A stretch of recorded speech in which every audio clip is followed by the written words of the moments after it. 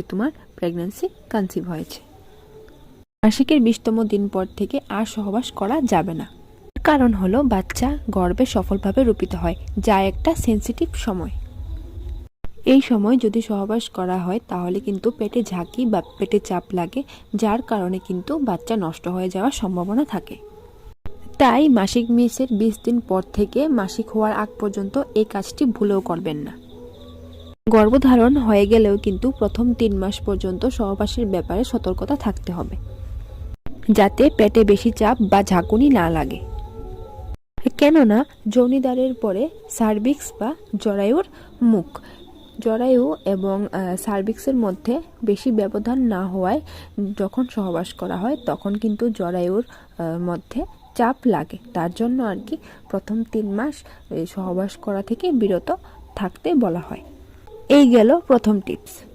আর second tips হচ্ছে যে মাসিকের 20তম দিন পর থেকে ভারী কোনো কাজ, পেটে যাতে চাপ লাগে সেরকম কাজ করা থেকে বিরত থাকতে হবে। যেমন বসে বাসন মাজা, বসে মশলা বাটা, সিঁড়ি দিয়ে দৌড়াদৌড়ি করে উপরে ওঠা নিচে নামা, এগুলো থেকে কিন্তু বিরত থাকতে হবে।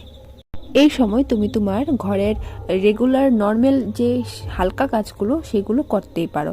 আর কঠিন ব্যায়াম, যোগা এগুলো করা থেকেও কিন্তু বিরত থাকতে হবে। তৃতীয় টিপস হচ্ছে এই সময় কিন্তু ডাক্তারের পরামর্শ ছাড়া অন্য কোনো ওষুধ খাওয়া যাবে না। যেমন সর্দি, জ্বর, কাশি হলে তুমি নিজে নিজে প্যারাসিটামল খাবে না।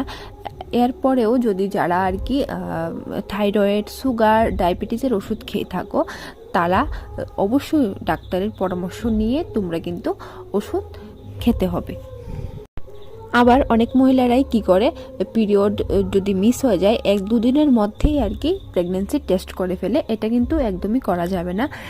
পিরিয়ড মিস হওয়ার অন্তত 7 থেকে 10 দিন পরে তোমরা কিট টেস্ট করে দেখো, যদি রেজাল্ট পজিটিভ আসে কংগ্রেচুলেশন, তুমি গর্ভধারণ করতে চলেছো। পিরিয়ড মিস হওয়ার 1-2 দিনের মধ্যেই তোমরা প্লিজ কেউ কিট টেস্ট করো না। অনেক সময় কি হয় যে পিরিয়ডের 1-2 দিনের সময় কিন্তু সেরকম প্রেগন্যান্সি টেস্ট কিটে ডিটেক্ট হয় না।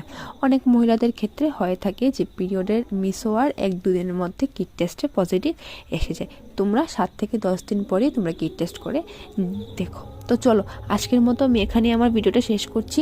তো কেমন লাগলো আজকের এই ভিডিওটা নিচে কমেন্ট করে জানিও। ভিডিওটি ভালো লাগলে একটা লাইক